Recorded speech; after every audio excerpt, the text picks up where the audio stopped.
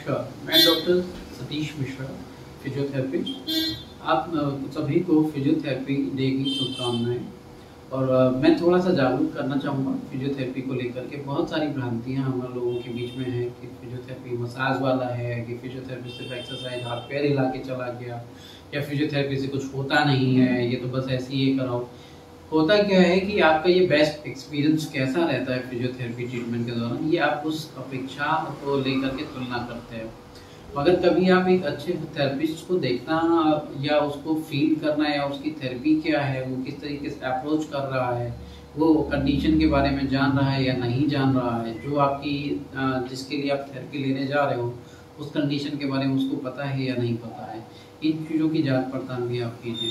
अगर आपकी बीमारी का सही डायग्नोस हो गया है तभी आपका सही उपचार हो पाएगा। अगर बीमारी ही पकड़ में नहीं आई है तो उसका उपचार भी नहीं हो पाएगा, वो फिर किसी भी पद्धति से क्यों ना हो। सेम फिजियोथेरेपी में भी अप्लाई होता है। और दूसरे जो क्वेश्चंस होते हैं कि क्या पेन में भी फिजियोथेरेपी करनी चाहिए, इसके दो आंसर्स बन रहे हैं। जिस तरीके से क्वेश्चन है, पेन में फिजियोथेरेपी का मतलब कोई नहीं होता है, मगर हाँ अगर पेन है तो उसके लिए फिजियोथेरेपी की जाती है। मगर फिजियोथेरेपी ट्रीटमेंट करते करते आपको दर्द बढ़ रहा है और आप वही सेम प्रोटोकॉल कराए जा रहे हैं, that is not good for your health और आपके ज्वाइंट या मसल के लिए भी ठीक नहीं है। फिजियोथेरेपी ट्रीटमेंट कराने से आपका पेन बढ़ता नहीं है, घटता है। दूसरी चीज़, हमें फिजियोथेरेपी कब करानी चाहिए और कब नहीं करानी चाहिए।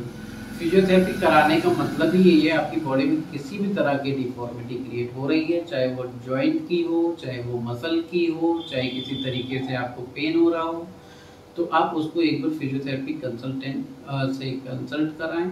उसके बाद जब वो असेसमेंट में आ जाता है तो वो रूट कॉज को ट्रीट कराएं, तो आपको दर्द से निजात मिलेगी।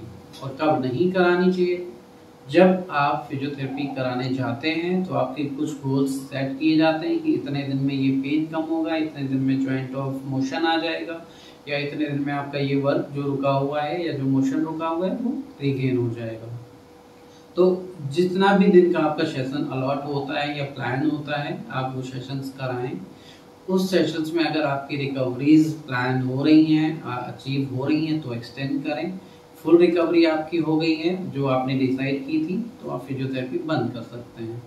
और दूसरी तरीके से सिनेरियो में देखा जाए तो अगर आपकी रिकवरी नहीं आती है, आप जिस काम के लिए गए हो, जिस पेन के लिए गए हो, जिस जॉइंट की स्टिफनेस के लिए गए हो, अगर वो नहीं सही हो रहा है और आपको महीनों लग गए हैं, तो भी आपको फिजियोथेरेपी बंद करनी चाहिए। बंद कर देने का मतलब ये है कि अब फिजियोथेरेपी कारगर होगी। मैंने 6 महीने कराई, मैंने 3 महीने कराई, मेरा घुटना सीधा नहीं हुआ, मेरी कमर का दर्द नहीं गया, या मेरी फॉलोअप नहीं हुई, या डॉक्टर ने नहीं सुनी, तो इन सारे क्वेश्चन का एक ही जवाब है कि आप जब फिजियोथेरेपी करा रहे हैं, आपकी अगर प्रोग्रेस नहीं हो रही है तो आप स्टॉप करें, उसको दोबारा से रीअसेस करें। ये दोनों की ही जिम्मेदारी है, फिजियोथेरेपिस्ट की भी और पेशेंट की भी। फिजियोथेरेपिस्ट की ये जिम्मेदारी है कि वो देखें कि मेरा पेशेंट अगर रिकवर नहीं हो रहा तो मुझे दूसरे एस्पेक्ट से उसको जांच करने की ज़रूरत है, वो असेसमेंट करके फिर प्लान करें। ठीक है। अब अगला क्वेश्चन आप पूछते हो, बेस्ट टाइम फॉर फिजियो, कि मैं फिजियोथेरेपी किस टाइम पे कराऊँ। तो बेहतर यही सजेस्ट होता है कि जिस टाइम आप एनर्जेटिक फील करते हो, कूल फील करते हो, रिलैक्स फील करते हो, उस टाइम पे फिजियोथेरेपी कराएं। जैसे कि अगर कोई वर्क शेड्यूल में आप चाह रहे हो, हॉलीडेज़ के टाइम पे, संडेज़ के टाइम पे आप कर सकते हो, सुबह के टाइम में ले लीजिए, क्योंकि उसमें एनर्जी ज़्यादा होती है। और बहुत से लोगों को लगता है कि शाम को हमको एनर्जी ज़्यादा होती है, जिस टाइम पे आप घूमना पसंद करते हैं, तो उस टाइम पे आप फिजियोथेरेपी सेशन प्लान कर सकते हो। अगला आता है, फिजियोथेरेपी हमारे लिए सही है या नहीं है। फिजियोथेरेपी में क्या होता है, ये जॉइंट की पेन्स, मोशन प्लस परफॉर्मेंस, तीनों को इन्हेंस करने के लिए थेरेपी होती है। और किसी भी तरीके का उसमें साइड इफ़ेक्ट्स नहीं आते हैं अनटिल अनलेस कि वो गलत तरीके से किया जा रहा हो। अब इसका आंसर यही है कि आपके लिए फिजियोथेरेपी हमेशा से कारगर थी, है और रहेगी। बस ये बशर्ते आपको सही ट्रीटमेंट मिल रहा हो। अब इसमें जैसे बहुत से लोग बुजुर्ग हो जाते हैं कि मेरी उम्र हो गई है, क्या मुझे फिजियोथेरेपी कराने से फ़ायदा होगा या नहीं होगा। तो बेसिकली उम्र हो गई है, सच है, मगर आपके जो जॉइंट्स की स्टिफनेस, जो आपकी मोशन है, जो गेट पैटर्न है, जो आपका वे ऑफ लिविंग है, आपको ब्रीदिंग प्रॉब्लम है, तो वो सब क्या है, इनहेंस होता है। तो फिजियोथेरेपी एक सपोर्टिव ट्रीटमेंट और आपके लिए कारगर साबित होता है, क्योंकि अगर आप मेडिसिन के भरोसे रहते हैं तो वो आपको और सिक बनाती है, क्योंकि उसका साइड इफेक्ट भी आपकी बॉडी में रहता है। तो अगर आप फिजियोथेरेपी के साथ जाएंगे तो आपकी बॉडी की परफॉर्मेंस होगी और आपकी लिविंग ऑफ स्टैंडर्ड अच्छा हो जाएगा, आप लाइफ को ज़्यादा एंजॉय कर पाएंगे। अगला क्वेश्चन आता है कि कितने दिनों में मैं फिजियोथेरेपी से ठीक हो पाऊंगा या हो पाऊंगी। तो क्वेश्चन फिर से वही घूम फिर के आता है कि कितने दिनों में, इसका कोई स्पेसिफिक आंसर नहीं है, मगर कुछ कंडीशंस होती हैं। जैसे एक मसल का पेन है तो हो सकता है 2 सेशन में आपका ख़त्म हो जाए, और वहीं मसल का पेन मेरे कह देने से 2 दिन में ख़त्म होगा ये नहीं भी प्रूव होता है। क्यों?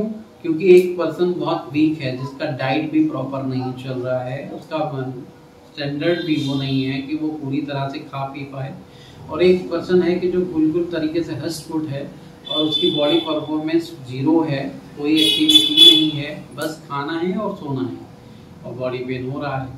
तो इन दोनों ही सिनेरियो में, जहाँ पे एक लेजी पर्सन है और जहाँ पे एक बहुत अंडर न्यूट्रिशन पर्सन है, इन दोनों की ही बॉडी को रिकवर करने में टाइम लगता है।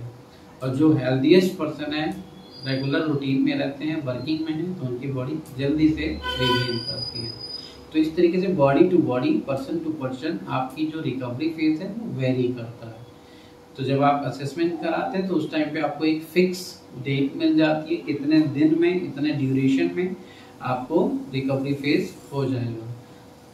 नेक्स्ट क्वेश्चन आता है, हमें फिजियोथेरेपी कब करनी चाहिए, कब तक, और कब हमें बंद करनी चाहिए। हमारे बॉडी में पेन है, हमें डिफिकल्टी है, सांस लेने में दिक्कत है, या हमारे माइग्रेन की दिक्कत है, तो case to case physiotherapy vary करता है। मगर ये है कि फिजियोथेरेपी मेडिसिन से बेहतर कारगर है, बट बहुत सी ऐसी केसेस हैं जिसमें एनालाइज नहीं हो पाता है, डायग्नोस नहीं हो पाता है, बट जब आप असेसमेंट कराते हो तो उसमें डायग्नोसिस में दूसरी बीमारी निकलती है। तो उस सिनेरियो में क्या होता है, आपका जो रिकवरी फेज है वो बढ़ जाता है, क्योंकि जिस चीज़ के लिए आप आए हो पता चलता वो है ही नहीं। एक फेज रिकवर हो गया, फिर पता चलता है ये तो दूसरी बीमारी है, उसके साथ भी असिस्टेड है। तो उन सिनेरियो में जो कमिटमेंट होता है वो पार्टिकुलर चीज़ के लिए होता है कि भैया आपका मसल पेन जो है वो इतने दिन में ठीक हो जाएगा। मसल पेन आपका ओवर हो गया, फिर पता चला आपको कहीं और समस्या हो रखी है। तो ये अमूमन क्वेश्चन देखने को मिलता है कि मैंने तो घुटने का दर्द सही कराया, अब मेरे एंकल में दर्द हो रहा है या मेरे हिप में दर्द हो रहा है, या बहुत से केसेस देखते हैं कि घुटने का दर्द ठीक हो गया, अब मेरी कमर में दर्द हो रहा है। तो ये चीज़ें जो है आपका असेसमेंट के दौरान भी क्लियर कर दिया जाता है कि कौन सी चीज़ किसकी वजह से अफेक्ट हो रही है, क्योंकि बायोमैकेनिक्स में यही होता है कि अगर आप एक पैर में दर्द है तो आप दूसरे पैर पे वजन दे करके चलते हो। जब आप एक पैर को फिजियोथेरेपी करा रहे हो और एक्सरसाइज जो आपको बताई गई, अगर आप बायलेटरल नहीं करते हो, आप एक पैर में हैवीनेस फील करोगे, एक पैर में लाइट फील करोगे। जो एक्सरसाइज करा रहे होते वो लगता है हमें नॉर्मल है, और जो एक्सरसाइज हम नहीं करा रहे होते उसमें लगता है कि अब हमको इसमें दर्द आ गया है। क्योंकि ये जो फेज आप रिकवरी के दौरान जो उसमें घिस घिस के चल रहे हो तो वो डिजनरेट ही तो हो रहा है। तो जब वो डिजनरेट हो रहा है तो बेहतर ये है कि जब आप फिजियोथेरेपी प्लान कर रहे हो, एक्सरसाइज करा रहे हो, तो दोनों की एक्सरसाइज कर लो, तो आपको फिर वो जो वेरिएशन आता है वो नहीं फील होगी। ठीक है, तो मैं उम्मीद करता हूँ कि आपके सभी क्वेश्चंस के जवाब दे पाए हों। अगर कुछ क्वेश्चंस और भी रह गए हैं आपके, तो वो आप मेरे को कमेंट करके पूछ सकते हैं, मैं सभी क्वेश्चंस के आंसर आपको कमेंट में दूंगा। Thank you.